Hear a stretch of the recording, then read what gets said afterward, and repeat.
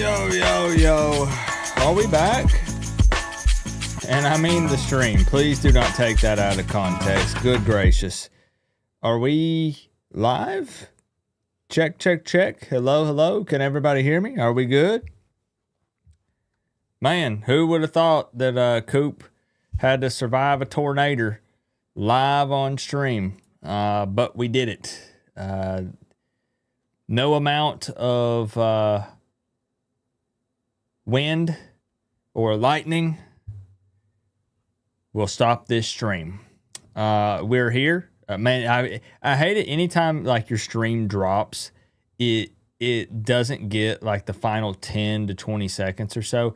There was a huge crack of thunder, and then you saw a flash, and then you saw a flash, then you heard thunder, and then everything cut off. I mean, you know, we've all lost power before. I don't know why I'm over here trying to explain it and tell it like it's some sort of crazy story. Again, it's a monsoon outside. It's storming like crazy. Basically just lost power. And it's still storming really bad outside. So hopefully we'll be able to maintain this time. I appreciate everybody jumping back in. I mean, if there's a time to call into the show, it's now. Because everybody done went to bed. Hurricanes are the most destructive weather. Yep. That's why I said no tornado is going to keep us down. Absolutely not. You want NIL for that intro. There were people, I can't believe who said the comment. I think it was Henry. He said, what did he say? Joel is actually handsome when compared to Carson Beck. I take offense to that because people say that I look like Carson Beck. So are you telling me that you think Joel is more handsome than me? Because that's the way that I took it. Let's get the phone line open back up immediately. Crip, your call does count. You had 38-6, same as me, so I got you in. We're going to get right back to it in case we lose power again. I'm going to give a heads up. If I lose power again, we'll just end the stream there. Thank you, Duck, for the 2. We'll end it there if we drop again. Part 2. Welcome in, everybody. MS, hello. How are you? Glad you made it. All right, brother. Yeah. I'm alive and mostly well. At least I think so, anyways. I hear you. It's just tough. Like, how do you, you know what I mean? Like, you got to get back in the groove now. Like, I had to shut everything down and reboot all of it. And now it feels weird, you know? Like, it's like being late for school or work. It throws the whole day off. You're just off, you know. I kind of think that's like, you know, football sometimes. Oh, man. Leading into that, you know. Yep. Like if your pass gets tipped and intercepted, you know, it kind of throws you off. I mean. Man, Beck was visibly upset through most of that game. And man, I can look at his body language, and a lot of our body language is some of our coaching as well. We know we're better than what we're doing. It's just like, man, you know, everybody, all of us know it's us doing it to ourselves and the refs helping also. And when you have them both, I mean, let's all be honest. These aren't the fucking, you know, 83, 89, 93, 2001 fucking Canes and shit. You know, they can't afford 150 yards of penalties and have the ability to just fucking still dominate and win by 30 points. Yeah, and I mean, there were definitely questionable calls in that one. I wouldn't say that it's, you know, that's not why Miami lost the game, like alone, right? Like, I mean, it should have still been able to overcome it. It should have been the better team and should have showed it. But here we are. And you've said it too. And in both of our losses, if we were already winning by 2 touchdowns or 3 touchdowns, it wouldn't have mattered if they called that penalty. And I know people get tired of hearing that, but it's true, right? No, it is. It is. You know, man, I I've heard, and like I said, I mean, I'm sure all of us watch other shows and stuff as well, and you kind of look, and they're not wrong. We kind of play, we want to control the ball and time of possession, and that's a good thing to do. And one of the podcasters was saying that that's good against teams that you are equivalent to, and you want to slow them down on their offense. So we did what we did with Notre Dame and like Louisville and all that, or not Louisville, but some of the other SEC teams in Notre Dame. We slowed the game down, and it worked to our advantage. But when we play a team that wants to go fast, like SMU or Louisville, that we should have we should have went speed, sped up our plays. Yeah, and it's not wrong. I agree with that in a lot of ways too. But we're more athletic. So, but like, what do you do now? Because I mean, there's some changes that could be made, obviously, but nothing too drastic. I think you take that into account. 56 I to think 6 they Miami. need to do that. I think they need to play. We're going to be superior to Syracuse when we play tomorrow. We should dominate them, and you should play fast, and you should score a lot of points. And I think maybe when we play Pitt, I don't know. NC State, man, I mean, they're on and off. They're going to be a good game too. Mm-hmm. And I'm going to be honest, dude. Everybody's bitching about our fucking. I didn't mean to cuss. Everybody's mad right now. It's okay. It's all good. Yeah, but I don't like to cut. There's kids that watch your show too. But there's our offense. They're all complaining about our offense. Our defense gave up 346 yards to a hurt one-legged quarterback. Yeah. It was kind of just it was a bad game all around. Not I guess not bad, but it was rough. Yeah, I'm just saying, like, everybody's going, the offense. Well, if our defense would have stopped them from scoring 20 points, then we wouldn't win to overtime. I don't know. I just feel like every November we're talking about the team imploding, and it does get old. I mean, it really does. And that's what I kept trying to mention, that I watch a lot of these other teams play, and I really have been for years. I've been trying to decide if it's me just being extra hard on Miami or not, and it's so frustrating. Yes, and that's something. Remember, we talk about the curses, like the game after the bye weeks. We need to, do stuff. We broke those curses. This is a curse we haven't managed to get rid of yet, and it's continued for a long time. I mean, all these people could sit here and say, "Oh, it's Mario, only Mario." No, it's the last coaches all the way up to Coker, man. After Coker, it hasn't been shit. I mean, we haven't had a good team since. Now, none of these guys have won anything that means something. And these people that are like, "Oh, Manny Diaz is taking Duke, and then look at their record now." Come on, Duke has a light ass schedule too, and Duke still has Elko's guys. Manny Diaz still has a lot of Elko's guys, and look where Elko has A&M already, and that's his what? Wasn't it? Is it his second year there? Who, Manny? No, Elko, like Elko at A&M. Yeah. Second, yeah. Okay, so same amount of time. So Diaz still has Elko's guys playing for the most part.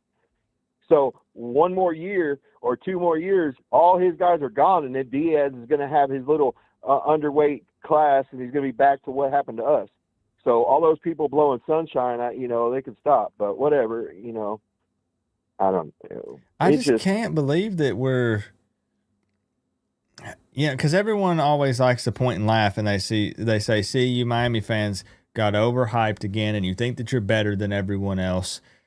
But Miami, we are better than what we are. Right, like Miami did not play well enough to beat SMU. But and I'm not the only one to use this analogy. I heard it all over the place. But when we were saying, that Rhett would probably happily swap rosters with Miami. Not to disrespect any of the guys that he's brought in or anything, but I'm just talking about, looking at the talent level and stuff, and then looking and thinking about what he could possibly do with this roster. There's no excuse. I don't want to hear it for losing to Louisville or SMU. And it just, I get sick and but that's tired the of it thing. happening every year. Lashley had our roster, and we didn't win shit when he was there. So it's Miami. I mean, I get it's, I don't know. I guess I don't know what it is. Why can't that happen to them when they're here at our coach? Why couldn't Diaz do what he did with Duke or what he's doing with Duke? If everybody's like, oh, look at what Diaz is doing, why couldn't he do it with the Miami players? Because our players are better than theirs. So that's the thing. Like, what happens is like Miami somewhere, like you come and then all of a sudden just all your fucking creativity goes away. Sorry. Like I don't know. I mean, Mario did win stuff at Oregon. He won it, didn't he win the title twice, or was it just once and then he got to the title on the other time? I'll be honest, I don't even remember. I know he won it once for sure. But at least he's won something somewhere. I mean, I know it's not a national title, but he has won a title, with Oregon. So can he get us to at least the ACC championship at some point? I think so, but again, like we got to just fucking win. You on the side of your helmet. Manny Diaz has a higher win percentage than Mario. See, look, we've set ourselves up to where we have Florida State fans able to rub Manny Diaz's higher win percentage in our face and says, "Stop the Manny hate." See, we set ourselves up for this. Why don't they? We deserve Manny? this. Why don't FSU hire Manny? Yeah, get you some of that, FSU fans, because Norvell ain't gonna help you. But all right, man. Let me go ahead and throw out some numbers. All right, yeah. Oh my God, that again, like you said, we should dominate this game, and we should. There should be zero reason. Yep, I agree. So what do you got for me then? I'm going to go with 45 to 7.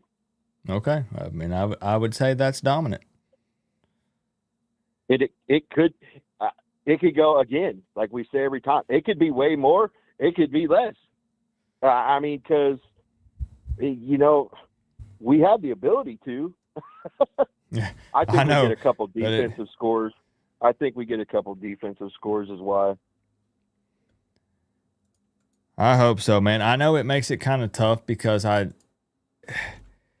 never been a huge fan of being ranked high like early, because I feel like it just kind of sets up the spin, and then also I feel like a lot of times these very large spreads in favor of Miami can make Miami look kind of bad, because even if so if Miami's favored 28.5, well, so many people bring up the spread nowadays, right? Did you cover the spread?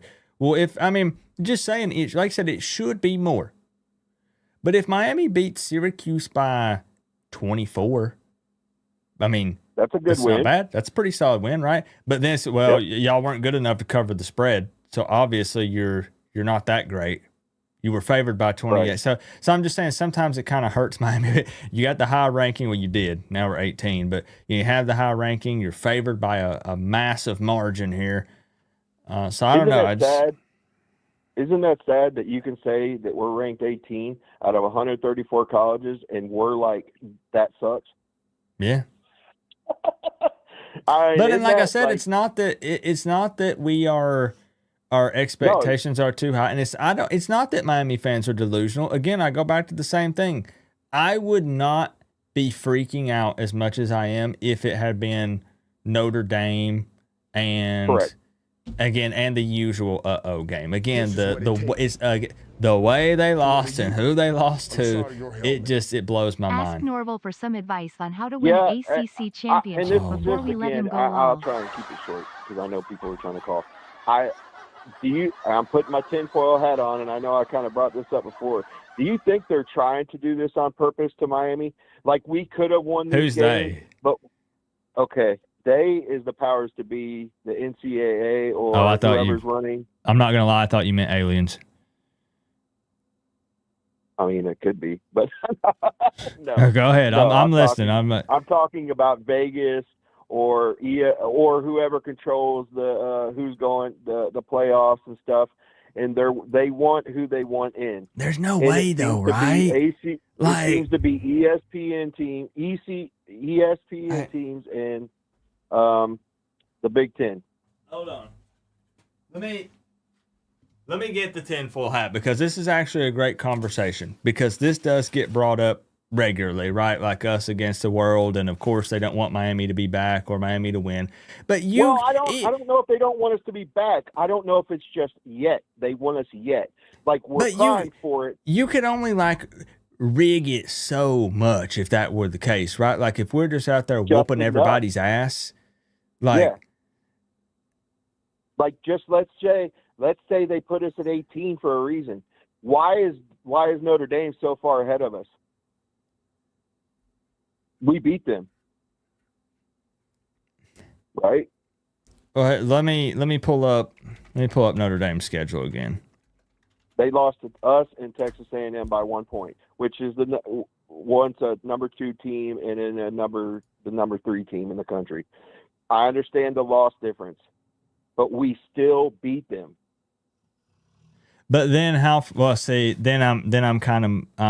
moving the goalpost here and changing it a little bit.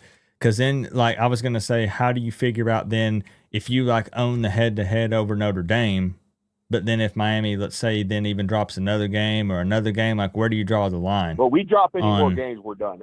This conversation's mute if we lose any more. And we have to win them all high except for Pitt. If we just win against Pitt and they're ranked, and I'm hoping they beat Notre Dame too, because Notre Dame's been vulnerable. They've almost lost to a couple of teams. I know but you're right. I mean, they've got Pitt, which could make things a bit interesting depending on how Boston College gave them trouble for a while, dude, and they're 1-6. It's pretty bad, yeah. So I mean, that's the thing, man. Is like maybe they're. I'm not saying Notre Dame shouldn't be ranked ahead of us, just so far ahead of us. Oh man, it's hard. Again, I think we should. Louisville has to be in front of us too, and Virginia as well. So there you go. What do you do? I'm thinking we should have probably been again, maybe Notre Dame should have been 13 or something, and we're 18 then. Right. See, that's what makes it complicated, because like we were saying, Louisville has a win over us. Georgia Tech just has the one loss. Virginia has. But Georgia Tech has the weakest schedule out of almost anybody. Same with Virginia. So when they lost, other than they played Georgia, I don't think they played a ranked team. I'm sorry. I know Georgia Tech has owned us the last couple of years. That's not the point. We're talking about this year. Georgia Tech had a weak schedule all year. They haven't played any ranked teams, have they? Georgia Tech? Yeah. Did they not? Really? Mm-mm. Or now there might be one that is ranked now. I don't even know who that would be. Let me double check. I need a refresher. Was it Duke? Did they play Duke? They might have beat Duke. Oh, okay. Well, I mean, we know how Clemson looks now, right? Yeah. But I guess they were 12 at the time when they beat them 24-21. Yeah, that don't count. But so did guess who else beat Clemson? Everybody. Syracuse. Yeah. So when they had Angeli. Yep. So, I mean, I don't know, man. I'm just saying, I know that it's the tinfoil hat thing. I just kind of feel like we have the capability and the powers to be might not want us in there yet. I mean, dude, how do we really have that bad of an offense when we have as many playmakers as we have? How can you dumb our team down with that type of athleticism? But see, I'm just saying, it kind of just feels weird. So, when we're because we're consistently saying that, are we not? At least on one side of the ball at some point every year. So we're swapping coaches around. I guess what I'm trying to get at is, are we like overhyping our own players because they're Miami players? Is it coaching because they? Could be some of both. I don't know. The Gaddis year didn't count. Can't count the Gaddis year because nobody learned anything, right? And you guys saw I mean, it would have been in other places, right? But you saw where Fran Brown bumped up Josh Gaddis, right? So we're going to be seeing him on the sideline. He's their wide receivers coach and passing game coordinator. Yep. So we'll see. I'm telling you, that's like it's not, this is a stretch, but that feels like the final straw. If we were to lose to a team that has Josh Gaddis as their wide receivers coach, no, sir. Oh yeah, I agree. If we lose to Syracuse, I still support you and I'll call in, but I'm not. I'm taking a break. I am a Miami fan for life, but I'm shutting her down, bro. I already did that with the Dallas Cowboys. Their year's over right now for me. I don't even care. I just watch the game and I laugh when they lose. That's all that happens. Come be a Titans fan, so then you don't get your hopes up. You expect it to be bad, and then if they're good, then oh heck yeah. If they're bad, then well, life kind of figured. Yeah. If we lose to the again, I already said we could lose to NC State. That's a possibility. I mean, we could lose to any of them, of course. But if we were going to lose to teams, it would be NC State and Pitt. But we should be able to take care of every team we play for sure. I mean, I don't care. The only reason I say Pitt is because if our defense can't stop, the pass, I don't know what to do, man. Yeah. All right, MS. I appreciate kind of, we got to touch. No. Those are interesting conversations to have. I mean, and a lot of people like better to do. I'm just kind of speechless sometimes, Yeah, it'd be better to do maybe like if and this is just an idea, if you had a call-in show during a week and we could talk about these things instead of when people are trying to earn money. Hey, MS, I appreciate you, bro. I got you locked in. All right, y'all have a good one. Thank you. Go Canes. Peace. Thanks, bye. I got to give some shout outs and then we'll get the phone line open right back up. If you want to rig a $600 contest, talk so long that hardly anybody could make a score prediction. It's a great plan. It really is.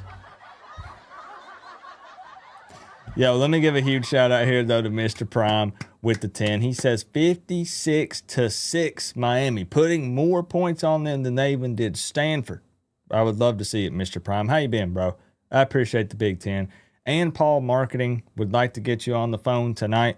I saw you asking. It's 865-229-4131. Let's get you in here. Thank you very much for the 5. Joel Davis with the back-to-back 99.99. That makes it times 3 tonight. He's hyping up Manny Diaz, but, who do you guys think they get to replace Mike Norvell? Real talk. Because he's going to be gone. Who do you actually think that they get? Because now you have to compete with LSU. You got to, think about these other teams that you got to compete with that are going to want some of these big name head coaches. Did they try to poach somebody? Did they bring somebody out of retirement? Did they go for a young up and coming guy? What's the play for Florida State? Because obviously their fans are hungry. You want to hit a home run here. Who's it going to be? I'd love to hear people's thoughts, no matter what team you root for. Joel also with that second 99 says, ask Norvell for some advice on how to win an ACC championship before we let him go. Maybe bring Norvell on as like a coordinator or an analyst at Miami. I don't know. Canes fans would probably be against that. I'm one of the Canes fans that it makes a lot of people upset, and it's fine with me. I don't make excuses for the whole ACC championship thing. I don't point to, the 2001 national championship. I said it earlier in the stream. Miami hasn't won shit in a long time, and it's very frustrating. You get tired of watching the same movie play out over and over again. Even when I try to temper my expectations and stuff, there were so many things that were lining up. And it's not impossible, but it takes me back to exactly what I was just saying. It's frustrating to have to break out the calculator and start doing all these, equations and different scenarios of this team losing to this team and this team beating this team by this much. And like, come on, man. We have a new billionaire booster. Money isn't an issue. Oh, who is this billionaire? Franklin. Bring Franklin in, huh? I didn't think Florida State fans would like that. Dave Aranda at Baylor. Good to see you, Mr. Overdose. Lane Kiffin wants to be in Florida. Everybody wants Lane Kiffin. Yeah. Lane Kiffin wants to be in Florida. My man Roach Killer. If there is anybody, and I don't want to put you on the spot because we gotta gauge how you're feeling right now. But if there is somebody I feel like that's gonna be like, come on, let's get this together. Come on, guys. It would be my man Roach Killer, unless he's given up. Given up? Me? Give up? I didn't think so, but Nah, I would never give up. I would never give up on this program. I don't care who you are, because I tell you one thing is for sure, because out of everybody that could win a national championship, okay, there's only one. And if it's not that one, everybody else is a freaking loser. Everybody else is a loser. Your team, Denver, your team, New York, your team in California, your team in Kentucky. If you ain't going to win a national championship, it doesn't matter if you went 12-0. It doesn't matter if you went 11, 13, or 0. You went all the way through the playoffs, and you got Mendoza as a freaking Heisman Trophy winner. It doesn't matter. If you ain't win the trophy, you ain't win the national championship. You ain't going to be respected. It doesn't matter. Everybody's a loser at the end of the day. In the end of the day, if you have a Super Bowl team that you thought that it was going to win the Super Bowl, it doesn't excuse my language, it doesn't freaking matter. Okay? You know what upsets me, bro? Is that the simple fact, bro, the FSU fans can still pack. They can pack the stadium. But the Miami Hurricane fans can't pack the stadium for their own kids if they wanted to. I can't talk do that because I won't be there tomorrow, but it's not going to be pretty. It's fine. And it's fine. I'm going to still sit there. I sat in that stadium in 2017 and 2019 when nobody was there anyways. So I can care less if anybody's sitting next to me or not.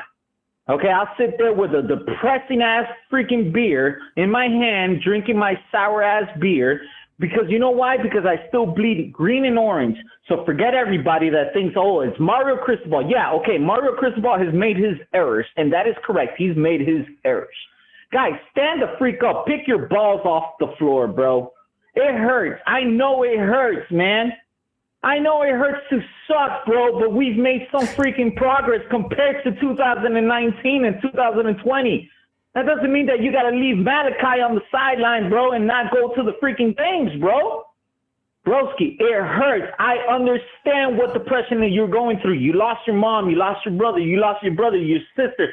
Whatever it takes, I know what that feels like, brother. I know how it feels when you got nothing to look forward to in life, bro. Look up to the heavens, bro. Look up to the heavens, bro. Look at the beautiful sky and move forward. And at least be appreciative of what the hell you got going on in life.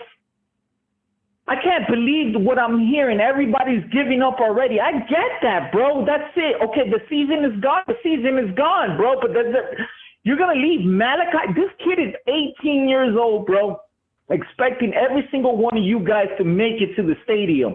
This Saturday, tomorrow, and you guys are just going to sit there and just bitch about this crap, bro? Huh? We're just going to sit back and just stay home and not go to the football game and sell our tickets online to seat geeks? That's what we're going to do? Because we're a bunch of freaking fags? Nah, I'm sorry, but I ain't going to sit back. I'm going to the stadium. I'm going to the Hard Rock. And I'm going to buy myself a 12-pack of beer, win or lose. It doesn't matter. I bleed green and orange. I am 305. I am from the 305. I am from Carroll City. I'm from the Old Palaka. Tell me what's up. You guys are not going to show up because of this? Bro, we lost to SMU because we shot ourselves in the foot. I get that, bro. But those kids need us. When people need you guys, you give up on people? That's what you guys do? But That's now, what you guys do? Let me interrupt.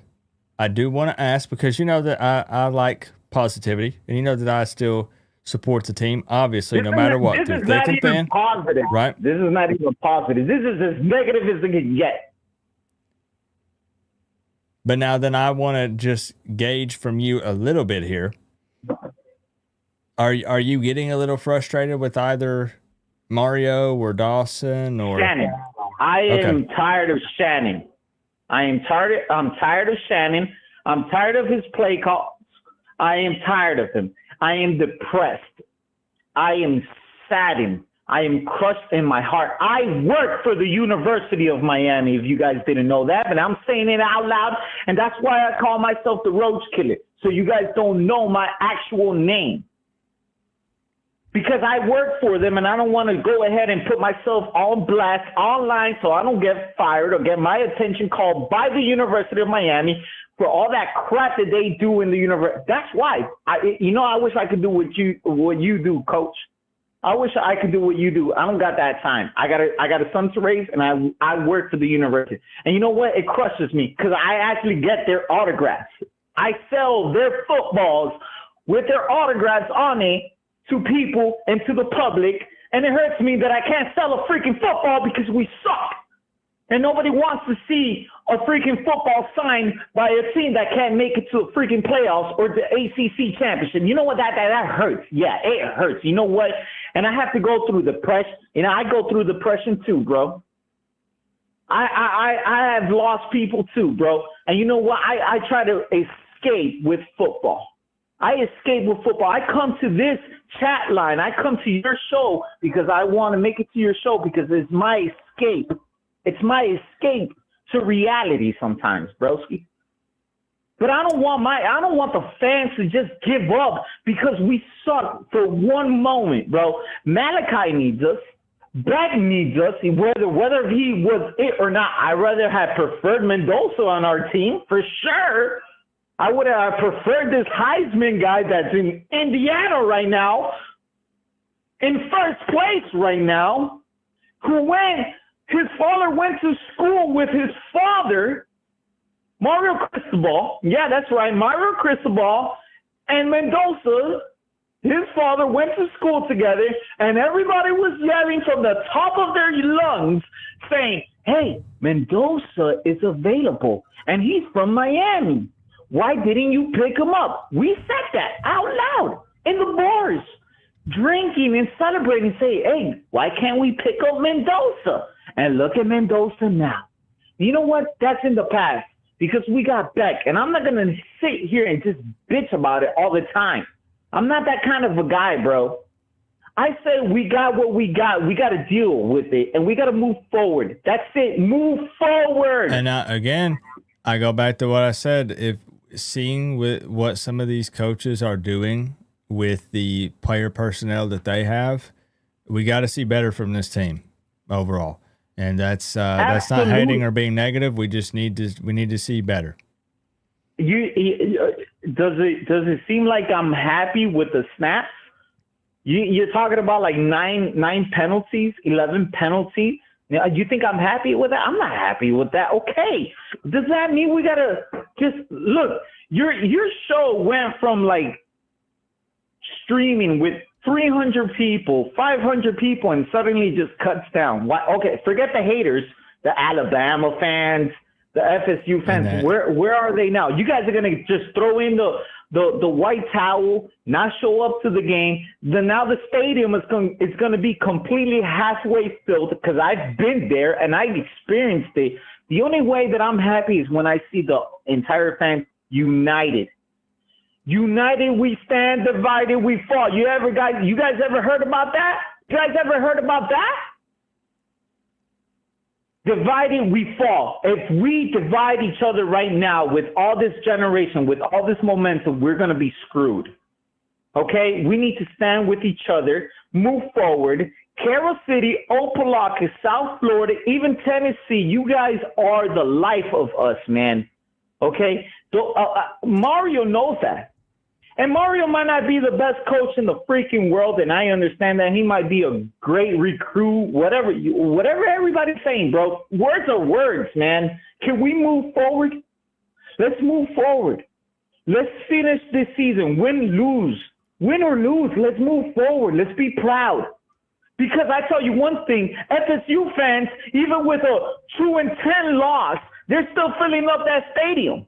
They're still filling up that stadium packed. Because they got nothing else to do. UF still filling up that stadium, and you guys can't fill up that stadium for jack crap. That's what I'm saying. Show some love, man. Show some love. You are a real Miami fan. Show some goddamn love, bro. Malachi, what about JoJo? What about Mesidor? What about Ruben Bain? Bro, those kids are trying to make it to the NFL to feed their family. They're crying their hearts out for you guys. Yeah, you think they don't try? Bro, it takes a whole team it takes a chemistry. Everybody's a loser when they can't win the national championship. It doesn't matter if you win the Rose Bowl, the Orange Bowl. It doesn't freaking matter. But at least other teams around look, I saw a game yesterday. What was it? Appalachia versus Southern Georgia. You should have seen that stadium. Appalachia, those guys didn't leave the stadium. They were there, packed the stadium, begging their team to win, and their team sucks, man. They're not as good as, okay, we lost to SMU. Okay, we shot ourselves in the foot. Give some motivation, guys. Okay, we'll get rid of Shannon Dawson. Eventually, we'll get rid of him. And eventually, if Mario Cristobal doesn't do well enough, we'll get rid of him too.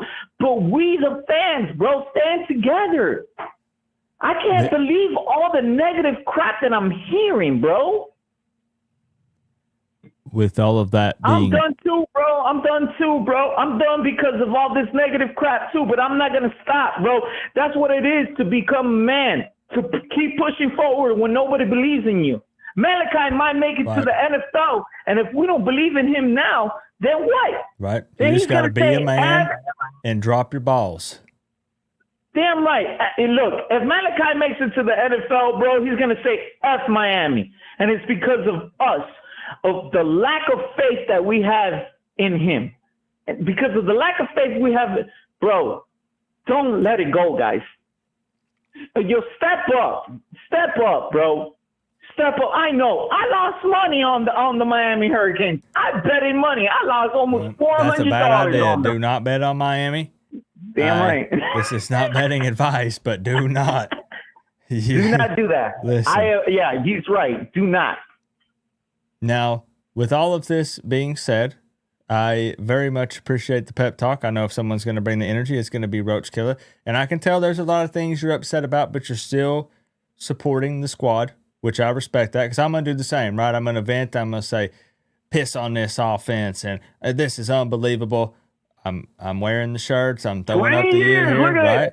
Right? It's been 20 years of the same thing. Now, Freak you, B. Sampson.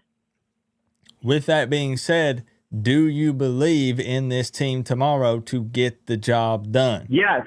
Yes, I do. Yes, I do. By how much? I am going to say it's going to be 35 to 14. 35 to 14. It's the same thing, 20 years. What about your teams? What about everybody else's teams, bro? You ever seen California win the freaking Rose Bowl or the national championship the last 20 years? You dumb dimwit? No. You ain't seen nobody. It's been Bama, LSU, but you ain't see your team winning. Nobody else's team has been winning but one team, bro. Get it out of your heads, bro. It's only one champion. If you ain't a champion, bro, that's it. You're second place. You're the first loser. Roach Killer? enjoy the game tomorrow, and I hope that when you are drinking that 12-pack, it's because you are enjoying yourself. I'm not even drinking, bro. I'm not going to even drink, bro. I'm just going to be sitting back.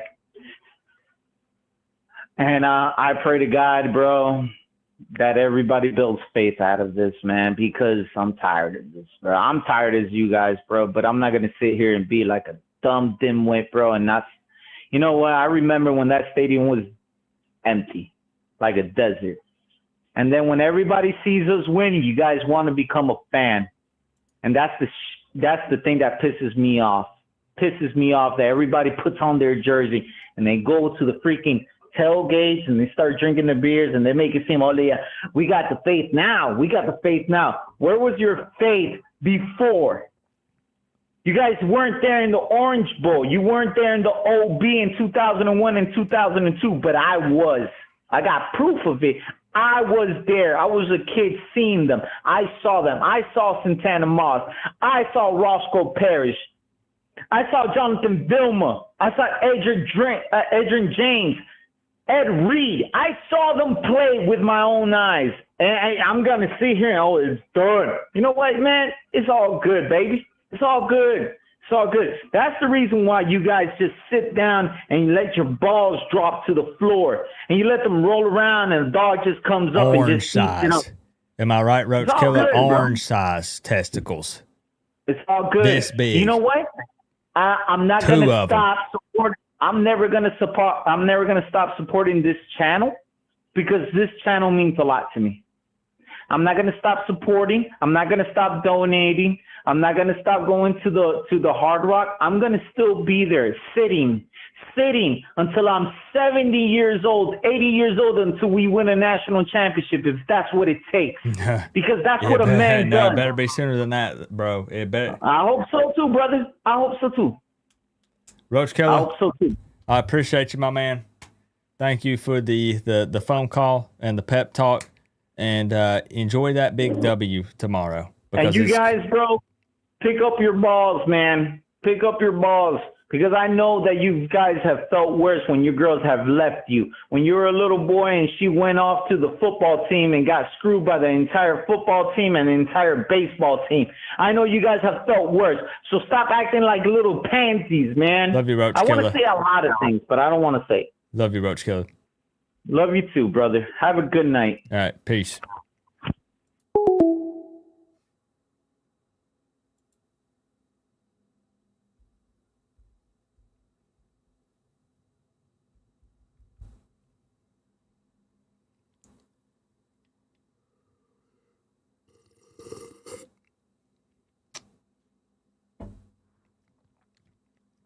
That took a turn. That was not how I was expecting that conversation to end.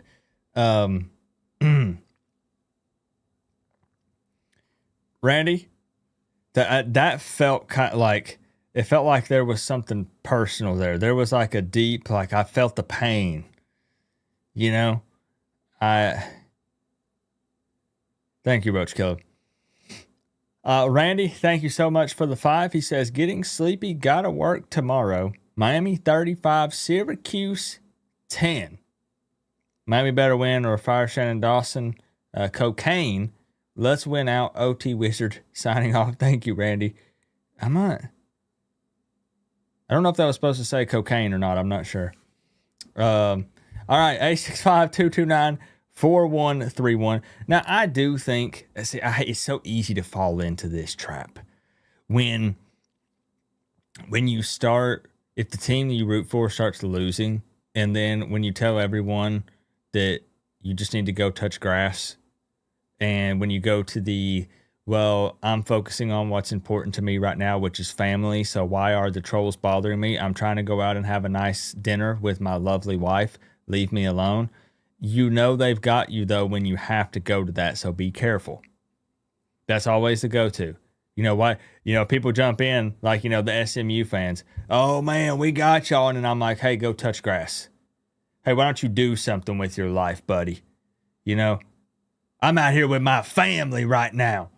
And it's very easy to set yourself up to be trolled, you know. I'm just trying to look out for everybody. That's all. I appreciate the support tonight, guys, because again, there's not as much hype going into this game, but you guys are running it up here on the channel, and I appreciate it. All right, Kyle, I'm gonna need you to follow up that speech from Roach Killer. I don't think I can, though. Let's talk about some orange-sized testicles and dropping them and just rubbing them all over Fran Brown's face. Yeah, dude. Excellent time for Jordan to come in. Fran Brown. I cannot stand him. Dude. Frick Fran After Brown. last season, God, dude. Like, when that game ended, he said that, like, yeah, thanks, Devo. You can thank us, Devo. It's like, dude, shut up. Like, that was the worst feeling. It already felt bad enough because Amber and I went to the Georgia Tech game. So that was bad enough that we had to see him like tote the goalpost down, through Atlanta, and then.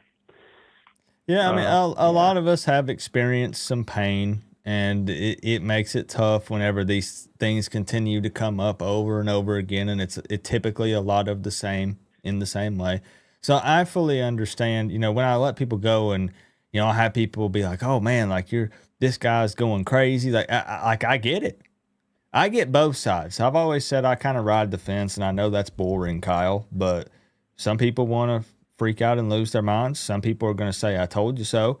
Some people are going to say, I'm along for the ride. Whatever happens, happens. Go Canes, But this is a game, even given everything that's happened, I think it's fair to say that Miami should take it to this team, right? Right. Yeah. I think the same thing. Like, I mean, I think like I wouldn't be surprised if some crazy crap happened. I don't think it would. I think we still beat them. I don't really think that there's no way their offense can even our defense right now at its worst. I don't think that they could beat our defense. They're rotating out three different quarterbacks because none of them can seem to run the offense. Yeah, and didn't they just fire their whole offensive staff? Yeah, like their tight ends coach is now. Who did they swap? I talked about it in my video. They had a tight ends coach and quarterbacks coach swap roles. Oh, that's right. And then they fired the wide receiver coach and bumped up Josh Gaddis to that, and then also made him passing game coordinator. And you tell again a willingness to change in the middle of the season, but you can tell that Fran Brown's grasping at straws here. Like, he knows offensively it's not working without Angeli. Like, we have to try to figure something out. And some of these changes were made this week, Miami week. Yeah. So he knows. They're struggling. It's very obvious. The stats speak for themselves. Look at the highlights. Watch the games. Yeah. I mean, I think a lot of right now is it's the frustration towards Mario. And, I mean, like I said, I don't want him fired. I mean, obviously, it's not going to happen anyway. But and you're not going to get anyone better. But even if you could. But I think it's just the fact that he's just unwilling to really change, I think, is the problem everybody has. I mean, it's the problem I have with him. But I mean, our hands are kind of tied. If he wants to keep doing what he's doing and not winning, then it's going to cost him. But what can you do? We can complain about it. Of course he wants to win, and he's got to see some of these issues. So what's the deal? I think I just don't think he's willing to change. I just hate it because I really feel like Miami. Again, scared is probably the wrong word, but it feels like they play scared. And I don't mean we've went for it on fourth down at times. We've tried a 2-point conversion and even got a little bit creative there with that. But overall, the play calling and just the approach to the game feels like we play scared almost. And it's probably more so the better word is, what am I looking for? Somebody help me out. Conservative and predictable and blah, blah, blah. But I don't know. I just watched some of these other teams and the way they call the game, and it just, I don't know, it just blows my mind. It feels like it's only and always Miami, even though I know that's not true, but that's how it feels. Well, that's what I was wondering. Like, what do you feel about Coop? Like, I've always thought, I don't know if it's true, but it just always felt like anytime coaches got here, they just get dumb.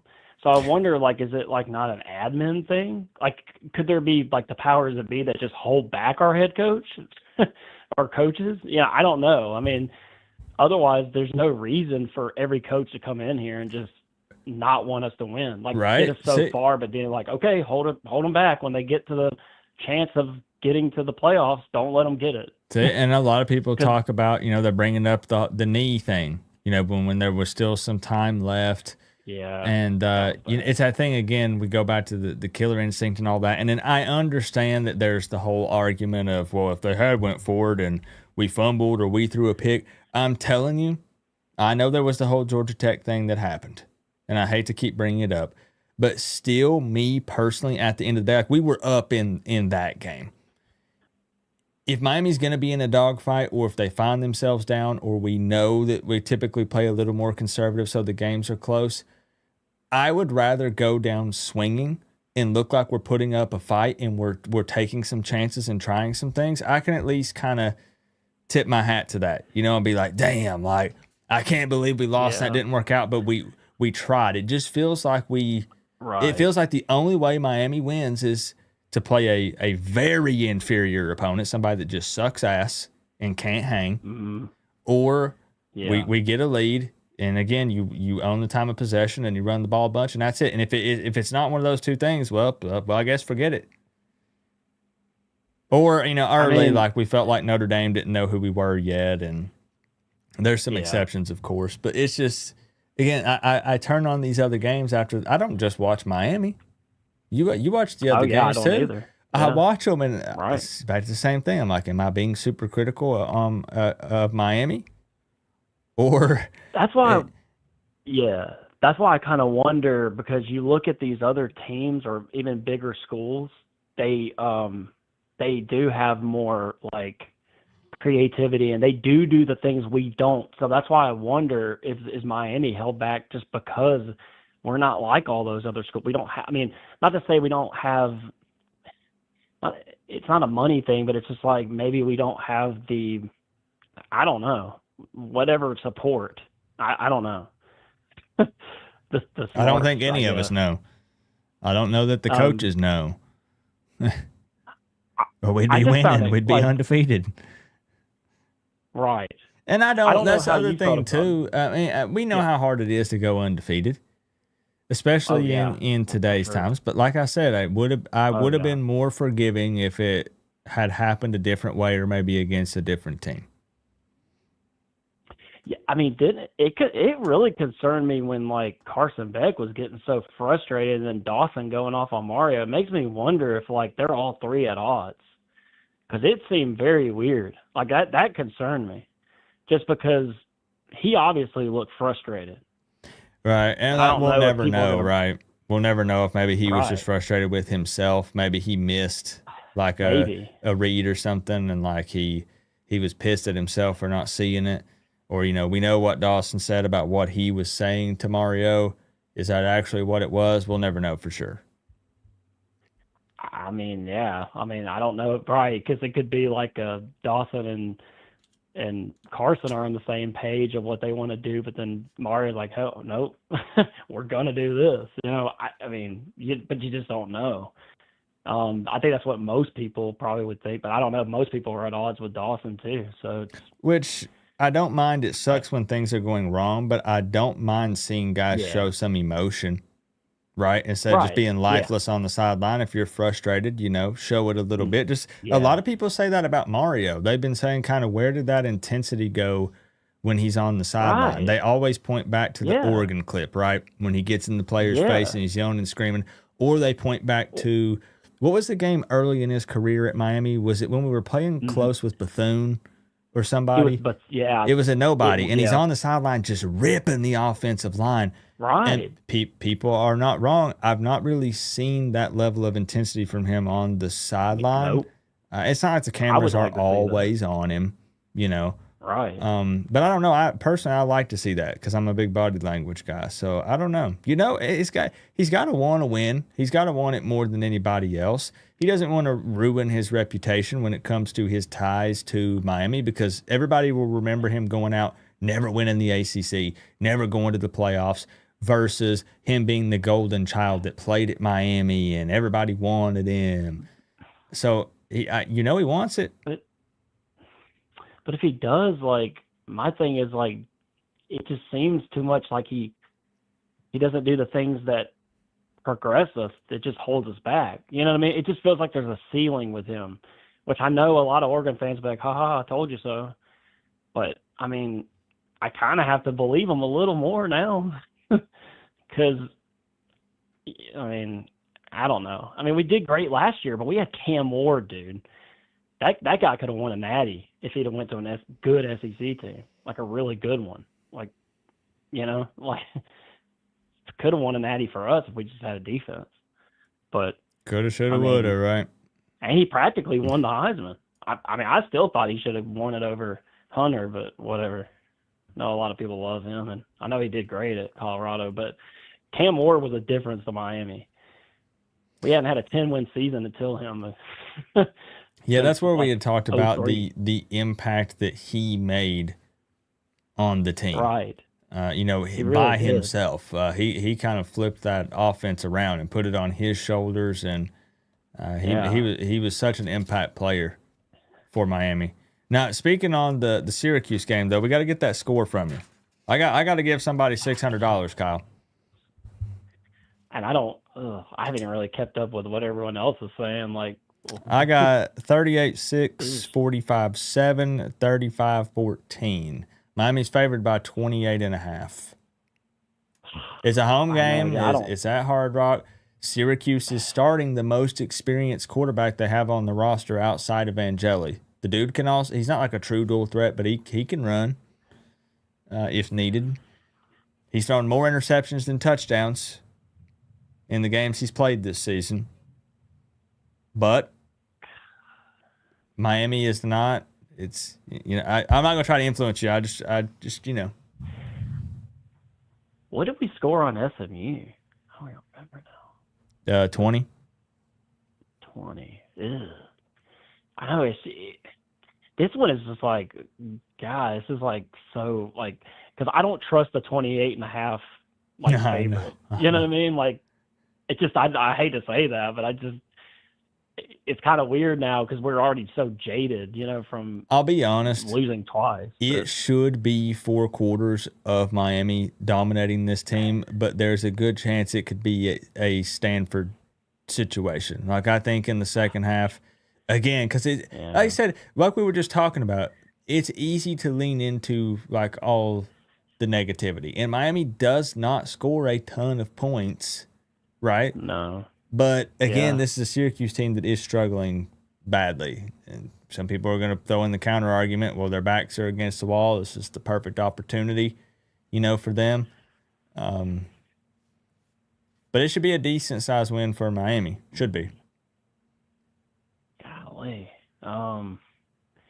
Yeah, this one's a tough one to call, but Stanford, we beat them like, what was that again, Coop? Do you remember? We put up 42 on those guys, but remember it was 7-7 at halftime.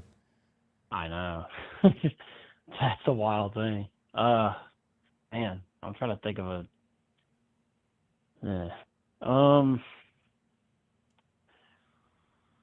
shoot. Let's think here. Break out the calculator if you have to.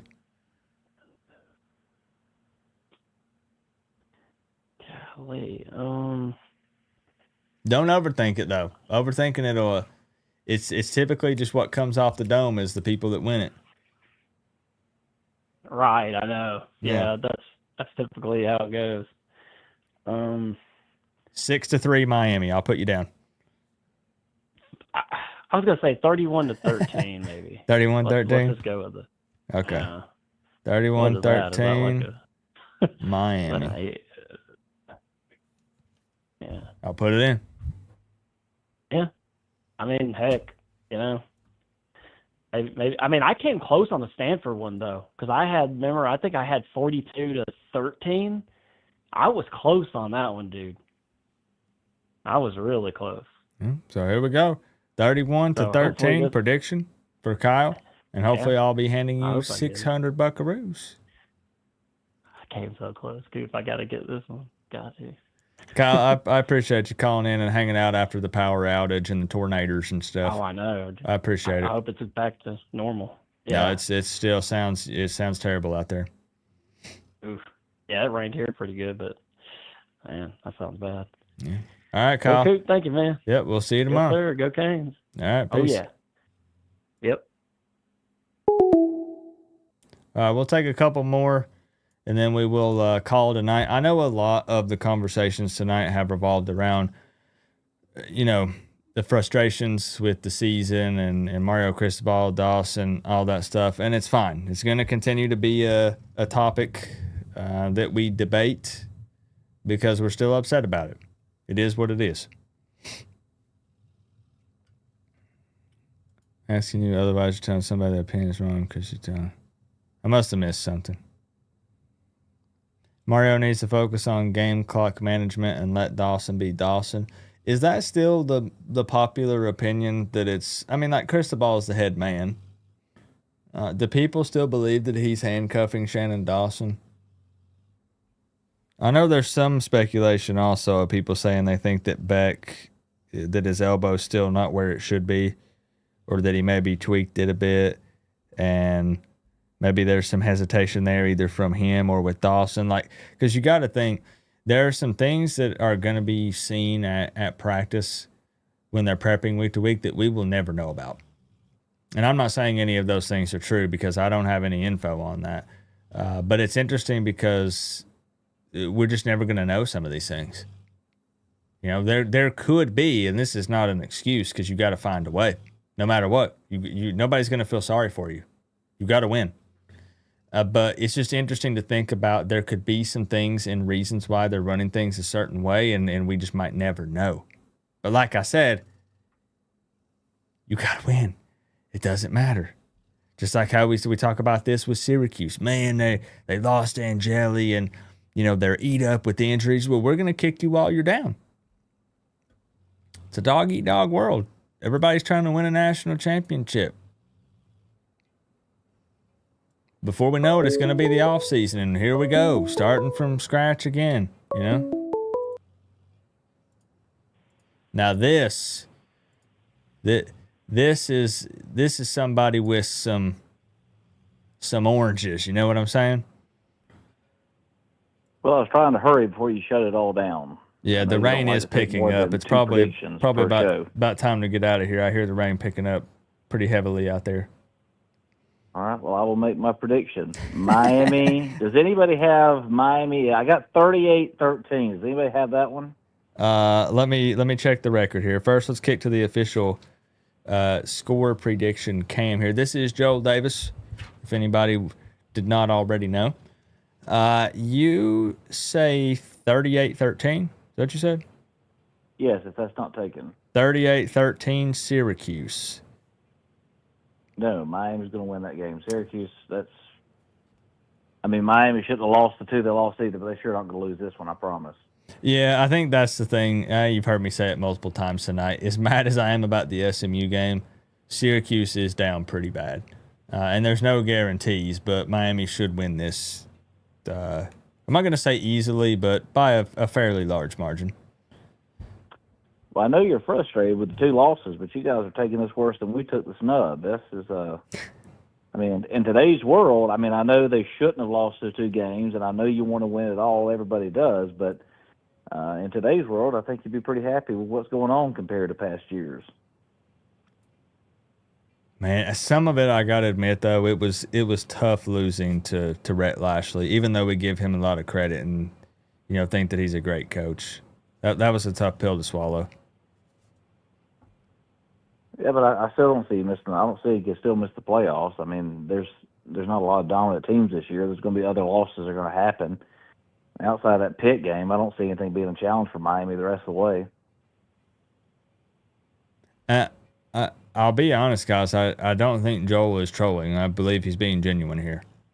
Because you were pretty high on Miami. I picked you guys. I picked you guys to win it all. Yeah. So no, I'm not trolling. We had this conversation talent wise. when I was talent down. wise, Miami. This was the year to win it all. With the level of talent they have, I just didn't see. I mean, there's no other team that's now that the talent's spread out. Alabama's not unbeatable anymore. Georgia's not impressive anymore. There's no one left that should be scary on the schedule. So I still think it's very possible that they go to the playoffs and still win it. But wouldn't that be something? Yes, I'm just kind of. I mean, I understand the fan base. They got a right to be upset. You got a right to feel any way you want to feel. It just kind of shocked me that a lot of fans I talk to have like the sky's falling, it's over, and I'm looking at it. It doesn't look like it's over to me yet. I mean, I don't want Miami to win it, but I'm just being a realist. Right. Fair enough. I mean, you could then say if Miami were to win a national championship that you only lost to the national championship winning team by 6 points. There you go. And I don't blame y'all. I'd have done the same thing. I'd have tucked tail. I'd have taken a knee. I'd have ran the clock out. I don't blame you. Joel, I got you locked in. As always, thank you very much for the support. Dan, we have Florida State fans calling in trying to, tell us to take a chill pill, that it's going to be okay. Yeah, and when you get a chance, I know how much you'd love to come in Tallahassee. Come meet our new booster. She's awesome. I keep saying, is this like an actual thing, or is this something we need to talk about off stream? Or it is very much a real thing. I can't say too much, but this is a person that I had heard them several times that they wanted to reach out to, and there was never any interest, even though this person was alumni. But now all of a sudden there's extreme interest, and it's not just in one thing; it's in all sports, and it would be by far like the largest. I mean, depending on what she wants to give or do, the largest financial support you could ever have. It's unreal. I can't. I was stunned. I saw her on the field and didn't recognize at first who she was. And then when they announced who she was, and then I saw her, she was allowed to go back in the locker room when they gave a speech after the Wade game. And then I saw, she started posting how much fun she was having, her family was going. And so, I mean, nothing's set in stone. She's got to want to do it. But is this, you don't have to say the name. Is this a famous person?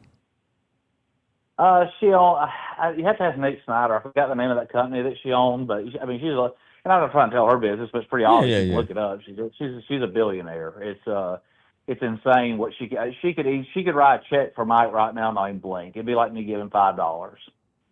Wow. Okay. I'll have to do a little bit of research because it's my first time hearing about this. Don't do research. Come to. I know how much you love. I know you can't say that on your show because it might hurt your image since Miami fans are so reasonable. But I know how much you love. I'll come meet the person. You come to a meeting with us.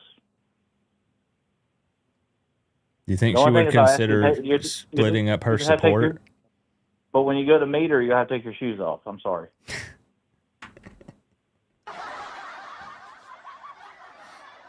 I'll see what I can do. All right. Joel, we appreciate you. And I got you locked in for the score prediction contest. I got you locked in for front row 50-yard line, breathing on Cam Ward's neck. Coming up. Travis Hunter. Coming up, couple weeks. Shows you what he's able to do, yeah. Yep. Big L coming for the Jags. It is what it is. All right, man. Y'all keep your head up. It's certainly not over. Appreciate you. It'll be a win over Syracuse is not going to be something we can beat our chest about, but we need to get back in the W column for sure. And you got to try to finish strong. As much as we've suffered, man, we'll take anything. Like that crowd, I sent you the reaction. At first, a few guys go up there, and I don't know if it's the first time it's ever been done. I've never seen it before. But I looked at somebody, and I said, well, they got their shirts off waving in the air because the players were doing the towels around. And all of a sudden, like Forrest Gump, everyone just starts following one person. But I told someone, did you ever think you'd see the day we'd react like that because we were beating weights? Crazy season. It'll make you appreciate a win. Yep, crazy season. All right, well, Joel, we'll see you tomorrow. All right, man. Be good. Gonna be a good day. All right, bye. All right, see you. The Florida State fans believe.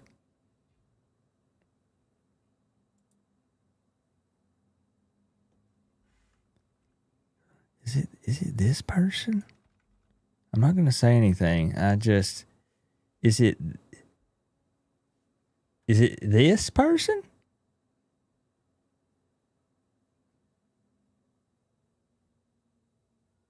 This person's a billionaire from Florida.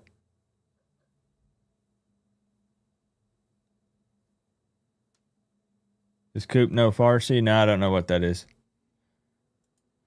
Is that a movie or something? McSalvin. Yeah, Detective McSalvin. I might take like a couple more. We could do lightning round. I know it's been a weird, wonky night, but power going out made everything kind of difficult, and it's storming like crazy out there. I'm gonna open it back up. Open it back up. Here we go. $600. Let's get a couple more. Let's do a lightning round. We'll get them in. Looks like we got a 214. Is this a first time caller? Coop. Who this be? Can you hear me? This is Sean Paul from Dallas, buddy, with my wife, Olivia. Hi. Oh, gotcha. Hey, Olivia. How you doing tonight, man? It was hard to get into you tonight. Yeah, it's an interesting one. It's you have a lot of people that are heated and want to talk about the game, but also want to vent some more frustrations over the season and all that, which is understandable.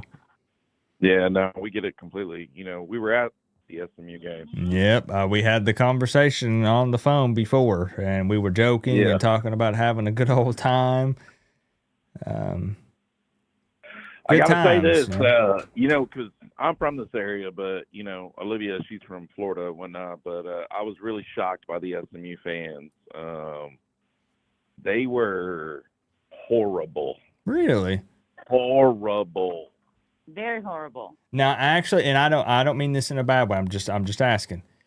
Actually horrible, or as in like they were celebrating the win and it was tough because like we just lost and we're pissed. No, very, very bratty. Hurricane fans need to go back to jail or back to prison. Horrible. It was really, it was eye-opening for me because, I'm from this area. And so, I've gone to some SMU games and I've seen other schools play SMU, but Miami had a great turnout. In fact, I would say probably a third of the stadium was packed with Hurricane fans. I was surprised. Cane Freak was there. We were able to get pictures with him. We were able to hang out with Sebastian. I got a picture with Michael Irving. That's awesome. Olivia met Michael Irvin, and it was great. And so everything was good. But when when the SMU fans would like come by us, the stuff they were throwing out was pretty crazy. Even before kickoff?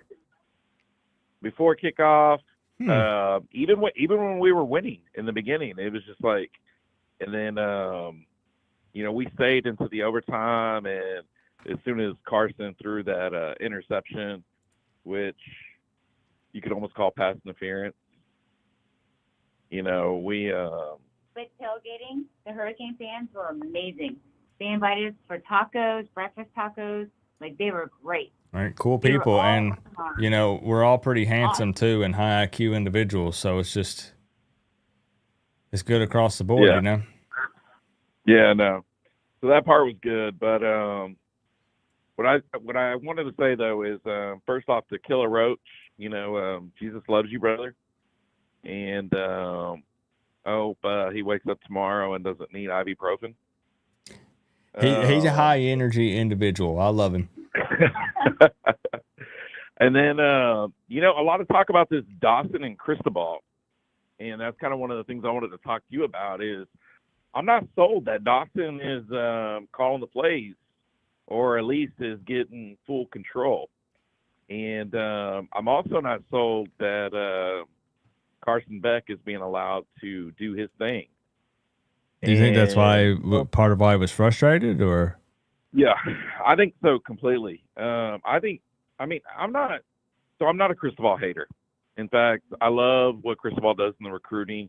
I think he has definitely brought this team back. So you got to give him the benefit of the doubt. But when the game is going on, like we all know, I mean, he had to let Cam Ward be Cam Ward. Yeah, that was the only way it was going to work. But I don't think he's letting Carson Beck be Carson Beck. And I don't even think he's letting Dawson do his thing to the fullest. Like, I think he is dictating the offensive line and how they do things. I think he's dictating. So it's almost like he's saying, yeah, go ahead and run your offense, but you have to run it under X, Y, and Z condition. And it's just like, I mean, being able to see it there in person, and I'm not saying that you can't see it on TV either, but it just felt so obvious that Cristobal is literally a dictator on this team. And for the first time, I kind of felt myself just kind of pulling away from him.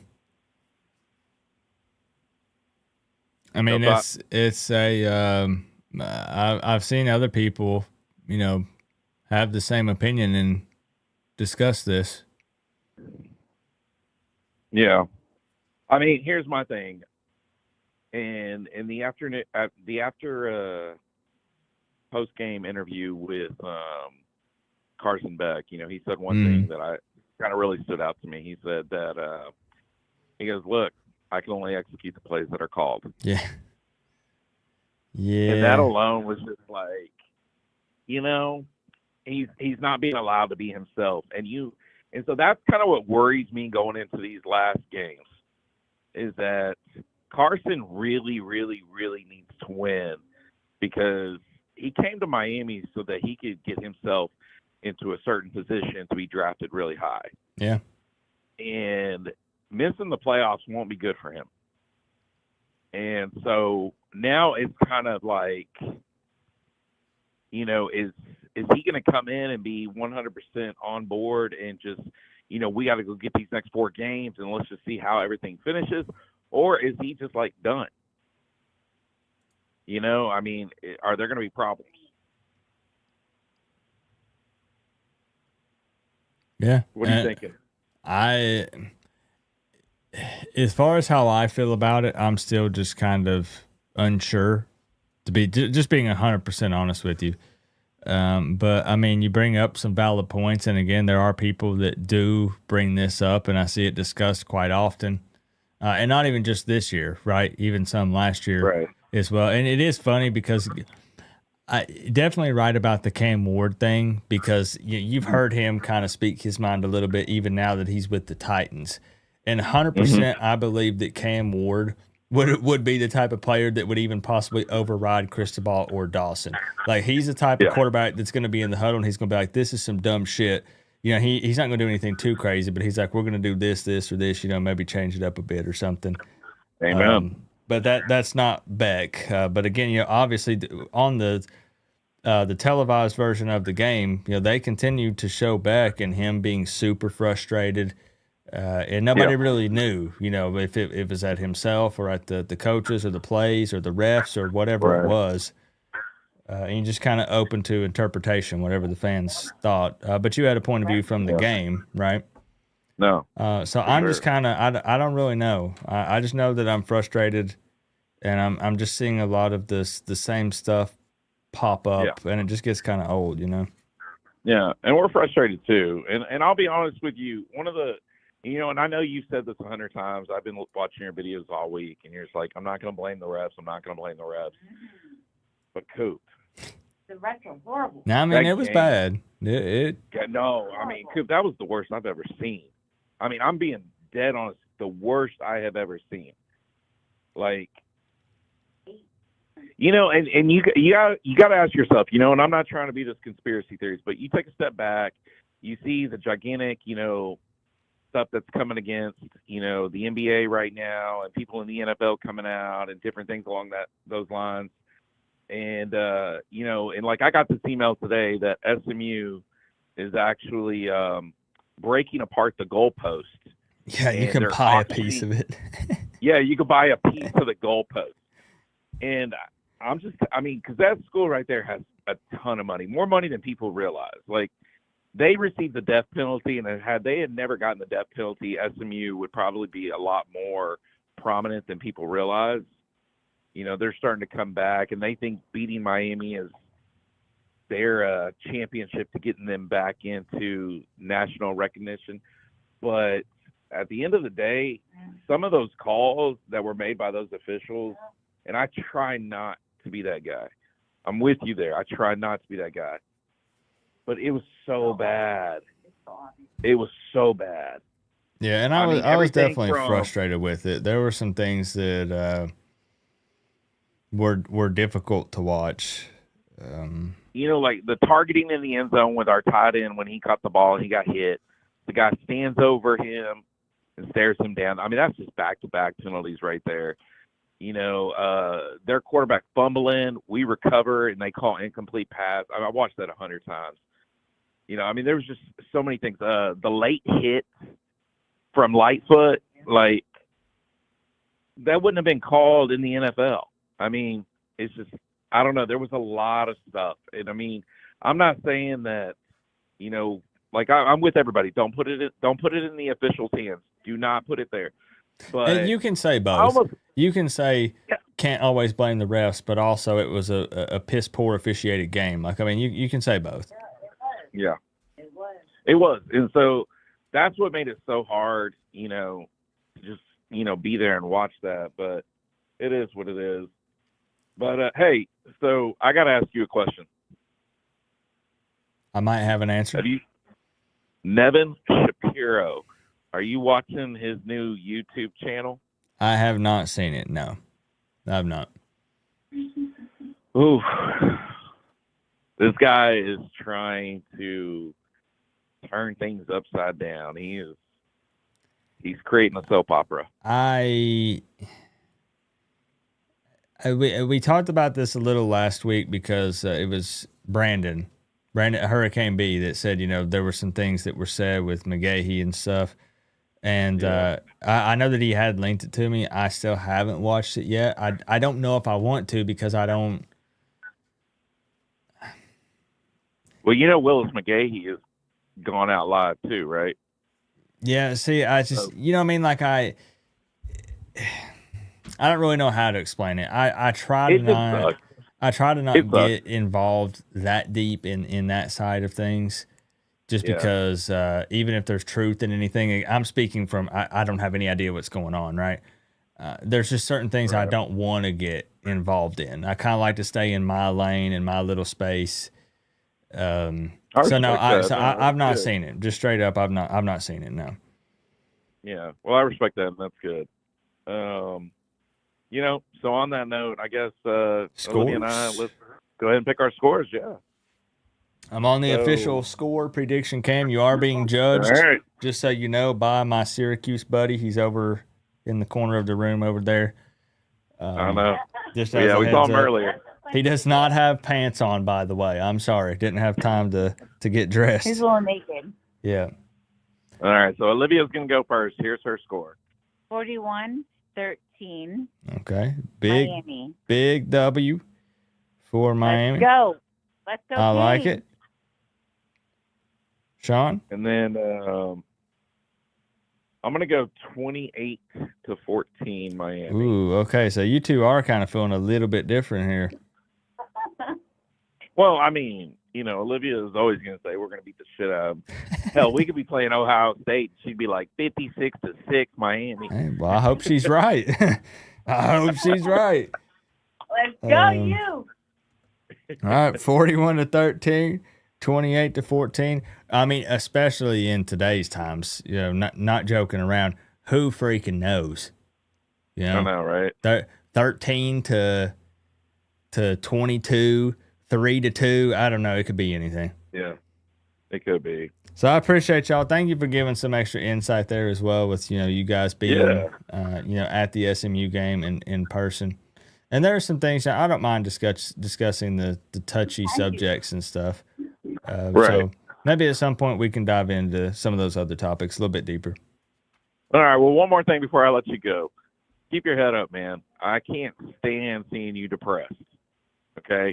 I want to see you more positive. I'm Keep your more head up. mad. I'm more just frustrated. Because, and I say this every single time, I'm going to support Miami. You know, I go, because a lot of people think that they'll watch the walking and venting. And I understand, you know, and I titled that video, you know, predictable and boring and scared. And then I'll have people no joke, I'll go live for the game and they'll say, I thought you gave up on the team. And I'm like, no, I'm just venting my frustration, like, because of course I'm mad. I want them to win, you know? Of course. What hurts for me is just because since I've been following the team, it's been so much bad. Like I didn't get to live in the 80s. I didn't go to the Orange Bowl, you know? Right. And I just want Miami to be decent. I want to be playing for championships. I want to be in the talks and stuff. So it's just frustrating, but absolutely, I'm still hyped, man. I'm pumped to watch the game tomorrow. Well, just know this, okay? Because you got to remember, okay? So Olivia, she's the born and raised, went to Miami and everything, okay? I married her, so that's how I became a U fan. So I'm a little bit of an outsider perspective, okay? And I just want to let you know that the one thing that I can tell you, since I've been married to this woman for 5 years, and I've gotten to know Miami and really gotten into it, Miami is completely, like, the country shits on you guys. Excuse my language. Okay? I mean, it is, I was blown away. She used to tell me all the time that, you know, we're always hated on.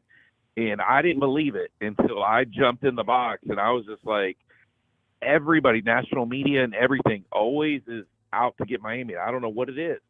Okay? So I want to tell you, like, I did grow up when Miami was winning national championships, and I got to see the Irvin days and all that stuff. And, you know, so I've always had respect for the U, even though it took me marrying the U to actually be a part of it. But I want to tell you that I believe it, because I'll be honest, when I watch like a lot of these sports media places and stuff put Miami on a pedestal, a lot of times the way I view it is them doing it so they can, you know, talk shit about us whenever it goes south. Like, I feel like they purposely really pump Miami. And here we go. They said they were winning it all this year. And I really do view it that way. I mean, and I'll tell you, I come home and I'll tell Olivia, I'll be like, I didn't believe you. I didn't believe you. I'm sorry, baby. The national media hates Miami, and I cannot figure out why. But you know what? On that note, I'm in it now. I love it. You know, this woman brought me to it. You're lifelong. Hey, you know what? Let's just win these next 4 games. Let's hope Notre Dame finds a way to lose to Navy tomorrow. And, you know, let's sneak in. Hey, it's going to happen. If it's not this year, it's going to happen next year when it opens up. So we're going to get there. We're locked in either way. Ride or die. All right. All right, brother. All right. Appreciate y'all. Bye. All right. Peace. No, I have always felt that way, though, because they really, you know, when Miami starts winning, it's Miami everything, and then, boy, they'll be the first ones to take a dump on the Canes, and they really push it. Really, really push it. I'm going to take like 1 or 2 more lightning round calls, and then I got to get the heck out of here. The support tonight and the live chat, man, has been unreal. You guys are popping off, and I love it. Thank you so much.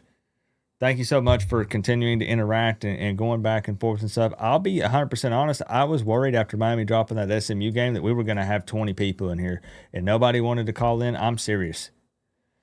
Just because, again, people started to get their hopes up a little bit, you know? And I thought people were going to be too frustrated to stop by. So I appreciate you. Speaking of coming off of a loss.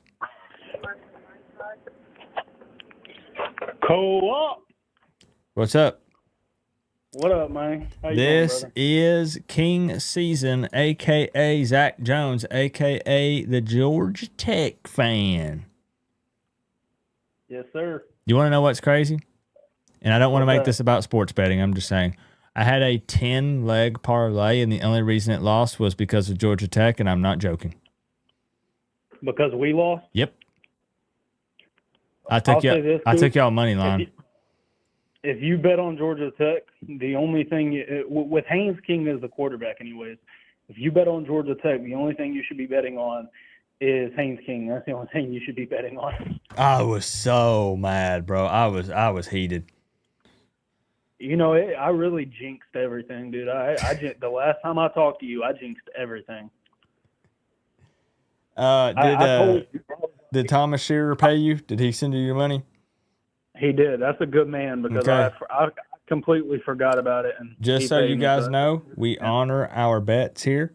We had there was a bet between Thomas Shearer, who is a longtime viewer here on this channel, Canes fan member. He made a bet with Zach Jones, and legit, he lost the bet. And Thomas reached out to me and said, "I owe Zach, the Georgia Tech fan, money for a bet that we made." Gosh, that was during the virtual season. That was like June.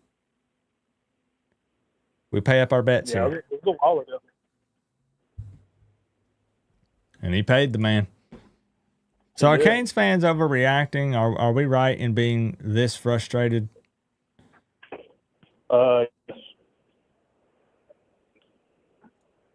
Yes. Okay. Because I will say this, it's year after year now that y'all have talent. Y'all have the most talented roster in the ACC, and y'all are still dropping games that you shouldn't.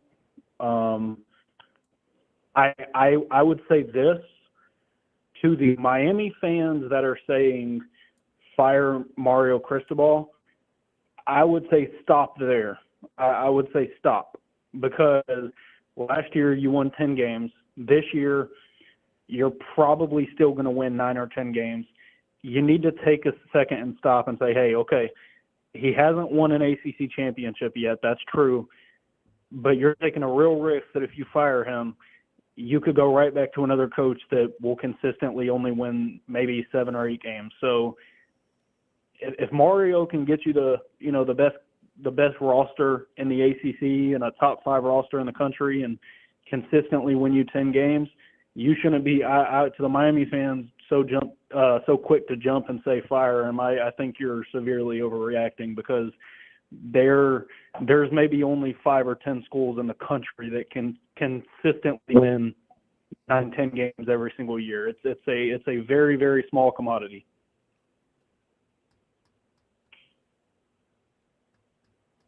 I'm still mad.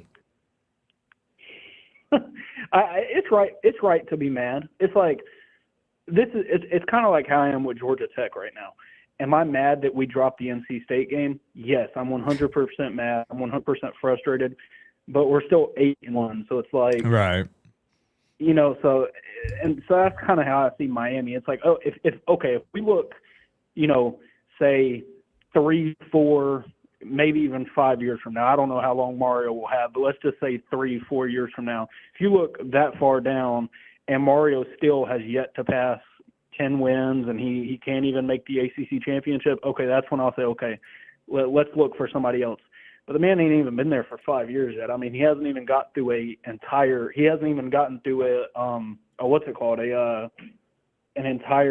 transfer or a recruiting class, He hasn't even got through an entire recruiting class yet. So I'd give him longer than 4 or 5 years. And then maybe if you look 2 years from now and he's still doing the same, then I'd say, okay, maybe move on. But I think giving any coach less than 5 years when he's already won 10 games and he's about to do the same this year, I think it's too early to fire him. Oh, yeah, and I definitely would not be in the fire camp. I'm nowhere near that. It's so frustrating when it seems like it's right there, I would have loved to have been in the ACC championship game this year. And I mean, again, I know every Miami fan is going to say that. I get it. But it seemed like things were lining up, If we're going off of roster, I mean, this should have been the year that you at least win, I mean, I don't want to say the national championship like the caller before. He said or it may not have been the caller before. I think it was Joel Davis. I think he said this was the year to win the Natty. I wouldn't go that far, but you definitely should have at least been in the ACC title game. Like if you told me in June that this Miami team wouldn't even be in the ACC title, I'd be like, oh my, I'd be like, what are you talking about? If you told me Carson Beck looked this bad, I'd be like, what are you talking about? You remember, I'm a Georgia Tech fan, Coop, and I was sitting here advocating for Beck. I thought he was about to be the best quarterback in the conference.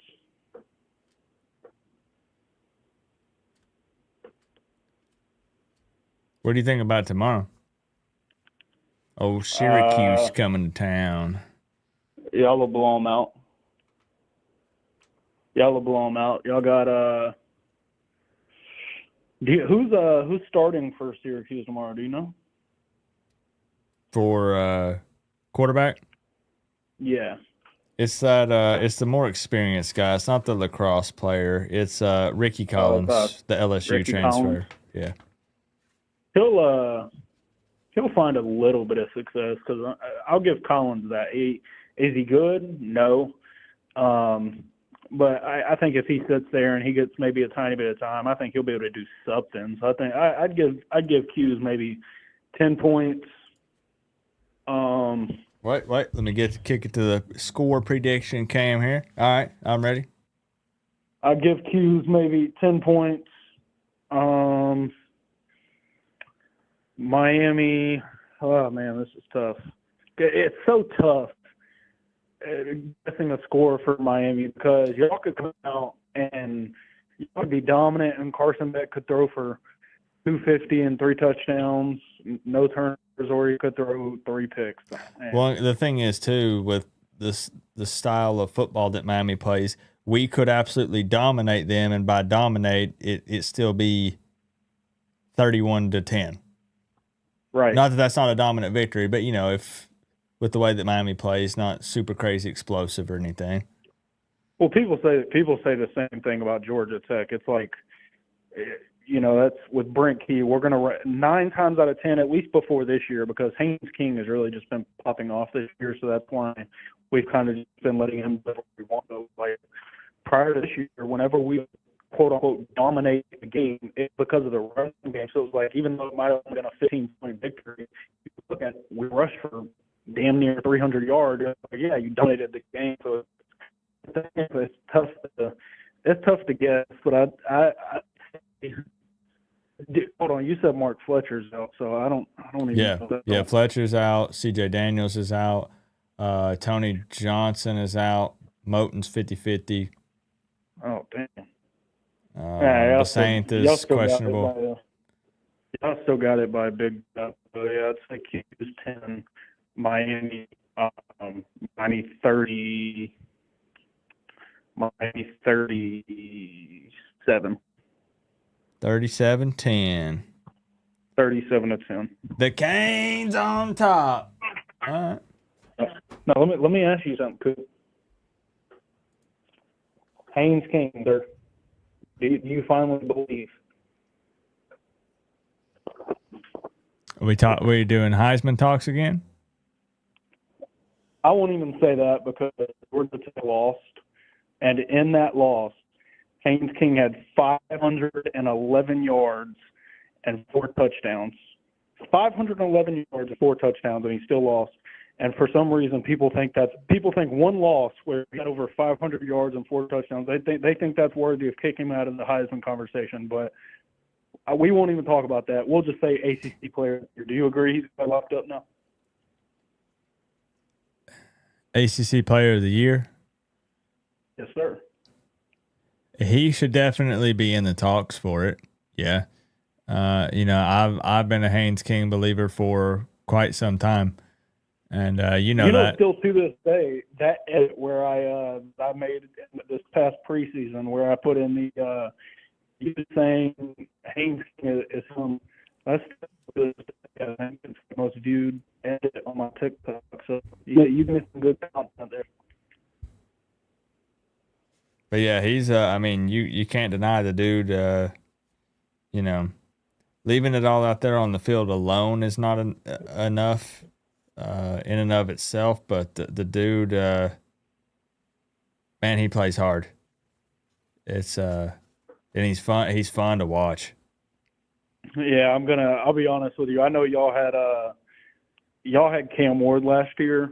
I'll tell you what, Coop, me being a 21-year-old guy, over these past 3-4 years, I've really started taking Georgia Tech a lot more serious than I was when I was a teenager. Man, I didn't think that I could be this emotional over a college football player leaving, dude. It's tough, man. It's going to be emotional when he leaves. Oh yeah, as I say, I know Tech fans are going to miss him big time.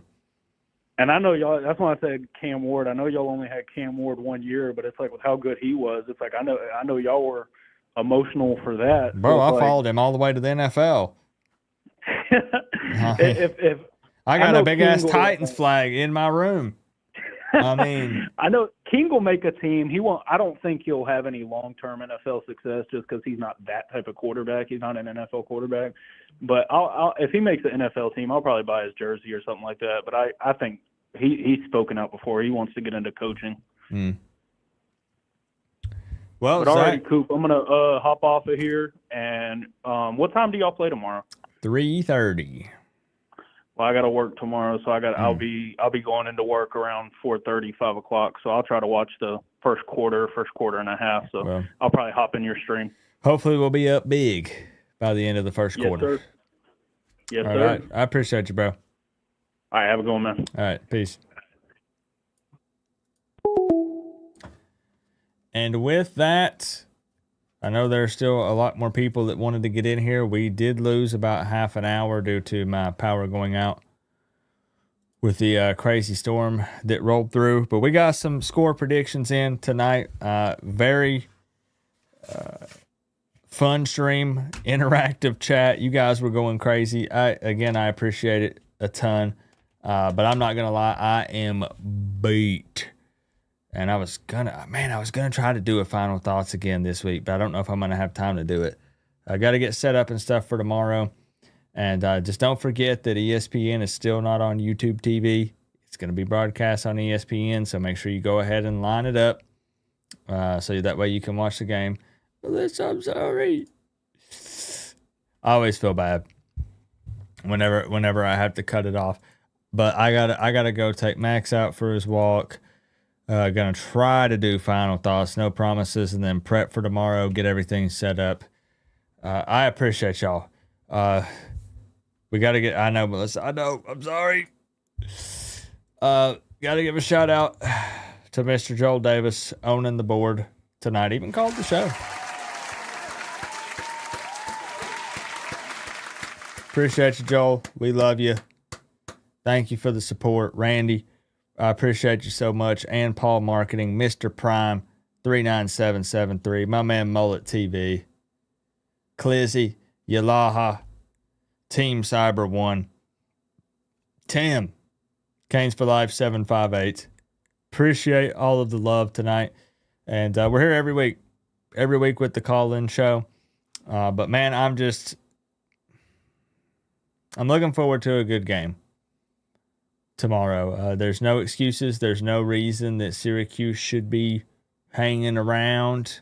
They're not going to make any excuses if that does happen for some crazy reason. 38-6. I got the Canes on top by 32. Yep. Took everybody's money and ran.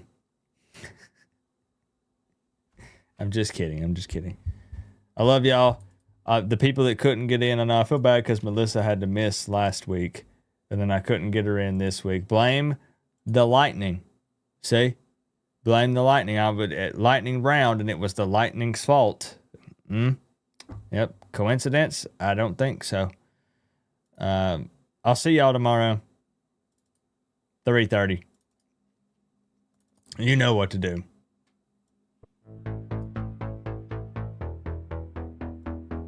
Oh, my computer got shut down. Everything's in a different place. This is weird.